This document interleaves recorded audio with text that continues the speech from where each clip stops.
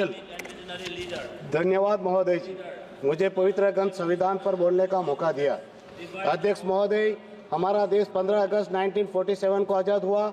Doctor Baba Saheb Ambedkar सहित विद्वानों की संवैधानिक पीठ ने लंबी जद्दोजहद के साथ हर एक पहलू की बारीकी से सोच समझकर 26 जनवरी 1950 को हमारे देश को संविधान की अमूल्य और अतुल्य भेंट दी।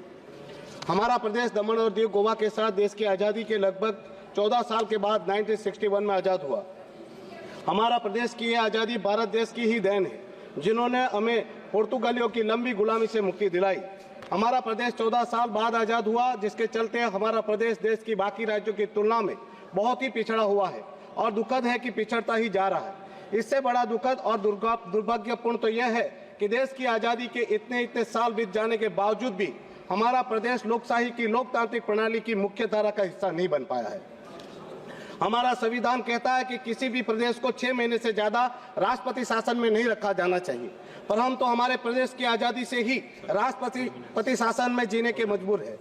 पूरे देश की तरह हमारे प्रदेश में कब पूर्ण लोकशाही की लोकतांत्रिक प्रणाली लागू होगी? क्या हमें पूर्ण लोकशाही का अधिकार नहीं है?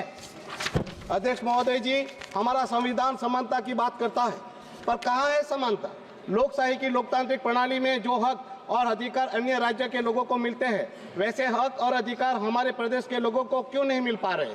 लोकशाही की लोकतांत्रिक प्रणाली के तहत अन्य राज्यों के लोगों के पास उनके हक और अधिकार देखे, उनके पास लोकसभा, राज्यसभा, उनके पास स्टेट की विधानसभा, महाराष्ट्र जैसे राज्य के लोगों के पास एमएलसी, महापौर सहित की पावरफुल स्वराज्य संस्थाएं, इनकी तुलना में हमारे प्रदेश के लोगों के पास क्या है? केवल एक लोकसभा। हमारे पास राज्यसभा नहीं है, स्टेट असेंबली नहीं है, एमएलसी नहीं है, महापौर तो छोड़ो, लड़खड़ाती हुई स्वराज्य संस्था ही है जिनके पास कोई पावर नहीं है। एक तरफ दूसरे राज्य के लोगों के पास इतना कुछ और हमारे पास केवल एक लोकसभा। क्या ये समानता है?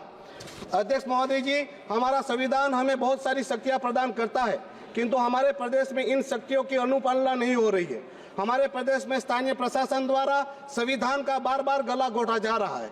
महोदय जी, भारत सरकार का पंचायती राज संवैधानिक संशोधन स्थानीय संस्थाओं को शक्ति देता है। भारतीय संविधान का 73वां संशोधन अधिनियम पंचायती राज व्यवस्था को मजबूती देता है, तो 74वां शहरी निकायों को मजबूती प्रदान करता है। पर महोदय जी, हमारे स्थानीय प्रशासन ने भारत सरकार के संवैधानिक संशोधनों में लोकसभा और राज्यसभा सहित की जरूरी मंजूरी के बिना ही 2 मिनट तो दीजिए सर, अभी तो मैंने बोलना शुरू किया। 30 मिनट। अब हमें तो हमारे पास राज्यसभा लोकसभा कुछ भी नहीं, हम कहाँ बोलेंगे सर? 2 मिनट तो दीजिए, मैं अपनी बात खत्म करूँ। 1 मिनट महोदय जी, हमारे स्थानीय प्रशासन ने भारत सरकार के संवैधानिक संशोधनों में लोकसभा और राज्यसभा सहित के जरूरी मंजूरी के बिना ही 73वें और 74वें जैसे संवैधानिक संशोधनों अधिनियमों में सुधार कर लिया और प्रदेश की स्वराज्य संस्थाओं को दिए गए सारे पावर छीन लिए। अब स्वराज्य संस्था किसी को नोटिस या एनओसी तक नहीं दे सकती। अरे पिछले 7 सालों से स्वराज्य संस्थाओं को फंड नहीं दिया गया है। महोदय जी, एक बात कहना चाहता हूँ, 19 दिसंबर हमारे प्रदेश का मुक्ति दिन का पर्व है और हम उसमें मुक्त हुए थे।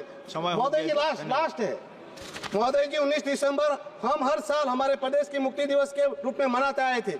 वह पिछले 6-7 सालों से स्थानीय प्रशासन ने बंद कर दिया। यहाँ तक कि मुक्ति दिवस के दिन की सार्वजनिक छुट्टी तक निकाल दी गई। हमारे लिए जितना महत्वपूर्ण 15 अगस्त है, उतना ही महत्वपूर्ण हमारे प्रदेश का मुक्ति दिवस भी है। क्या हमारा मुक्ति दिन का मनाना भी हमारा अधिकार नहीं है? Thank you, Chairman sir, for giving me an opportunity to speak on the constitutional debate. At the outset, I would like to pay tribute to Honorable Ambedkar.